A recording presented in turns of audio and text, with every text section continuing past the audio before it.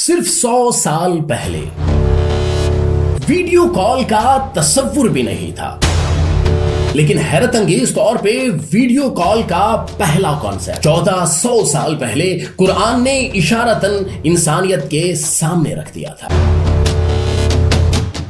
صرف video call نہیں بلکہ وہ خواب جس کے پیچھے آج کی سائنس دن رات بھاگ رہی ہے، کوانٹم ٹیلی پورٹیشن، یعنی کسی شے کو ایک جگہ سے غائب کر کے دوسری جگہ ظاہر کر دینا۔ سائنس کے اس کوانٹم ٹیلی پورٹیشن کے اس خواب کو قرآن ہزاروں سال پہلے حقیقت کے طور پہ پیش کر چکا ہے، اور یہ سلسلہ یہاں نہیں رکتا۔ ہوائی جہاز، اینیمل ساؤنڈز ڈیکوڈنگ، آج کی modern medical science, non human forces, drilling technology, fire proof materials, اور سب سے بڑھ کر کوانٹم ٹیلی پورٹیشن، ان سب کی طرف بھی قرآن کی آیتوں میں باریک مگر واضح اشارے موجود ہیں۔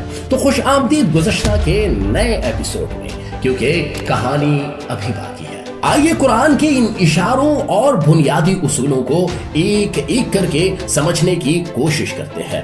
سورہ نمل کی آیت 38 سے 40، حضرت سلیمان علیہ السلام نے ملکہ سبا کا تخت یہاں اپنے پاس لانے کا حکم دیا، اور پلک جھپکنے سے پہلے تخت ان کے سامنے موجود تھا۔ یہ ہرگز کوئی جادو نہیں تھا، یہ وہی کوانٹم ٹیلی پورٹیشن تھا جو آج کی اس جدید دنیا کا خواب ہے۔ وہ تخت جو یمن میں تھا اب ہزاروں کلومیٹر دور فلسطین میں حضرت سلیمان کے سامنے موجود تھا۔ صرف اتنا ہی نہیں بلکہ تخت کے ساتھ موجود لوگوں کو دیکھا اور سنا بھی جا سکتا تھا، بالکل کسی لائیو براڈ کاسٹ کی طرح۔ قرآن 14 صدیاں پہلے اشارتاً کہہ چکا تھا کہ کسی چیز یا پھر اس کی تصویر فاصلوں کی قید سے آزاد ہو کر ٹرانسفر یا پھر ٹرانسمٹ ہو سکتی ہے، بس انسان کو صرف وقت چاہیے تھا کہ وہ اس سب کو سمجھ سکے۔ آج سلیکون ویلی دماغ اور کمپیوٹر کو ایک خاص فریکوینسی پہ ایڈجسٹ کرنے کی کوشش کر رہی ہے، وہ فریکوینسی جسے ہزاروں جانوروں کی آوازوں کو ڈیکوڈ کر کے ڈیزائن کیا گیا، جسے انسان اور جانور بنا کچھ بولے بغیر لفظوں اور زبان کے ایک دوسرے سے بات کر سکیں گے۔ یہ کوئی داستان نہیں بلکہ کمیونیکیشن کی انتہا ہوگی۔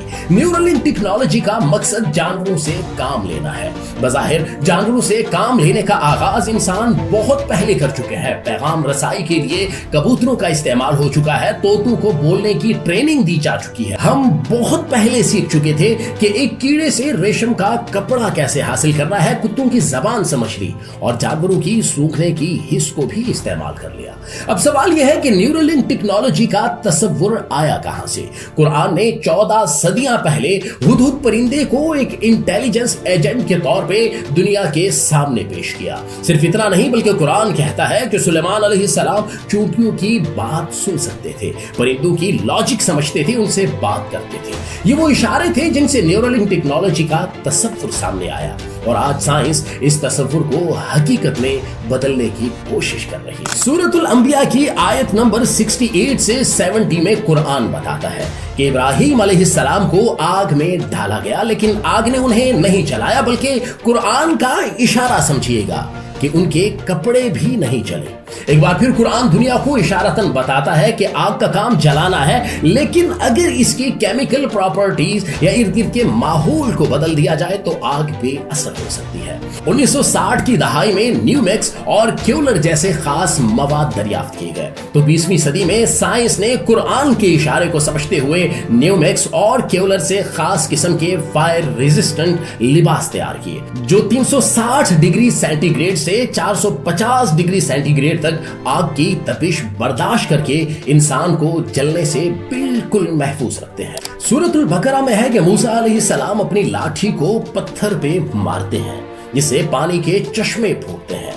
ایک بنجر زمین میں ایک خشک پتھر پہ بھاری ضرب پڑتی ہے تو پانی نکل آتا ہے۔ قرآن کا اشارہ تھا کہ زمین پہ ضرب لگا کر پانی نکالا جا سکتا ہے۔ ایک زمانے تک زمین کے سینے کو چیر کر کنویں کاریز بنا کر پانی حاصل کیا جاتا رہا، لیکن 19ویں صدی میں جب سائنس نے انگڑائی لی تو وہی ٹیکنالوجی دریافت ہوئی جس میں بھاری اوزار زمین پر مار کر انسان زیر زمین پانی اور وسائل تک پہنچنے میں کامیاب ہوا۔ قرآن نے ہزاروں سال پہلے انسان کو 2 راز دیے۔ قرآن کہتا ہے کہ ہم نے سلیمان علیہ السلام کے لیے ہوا کو مسخر کر دیا تھا،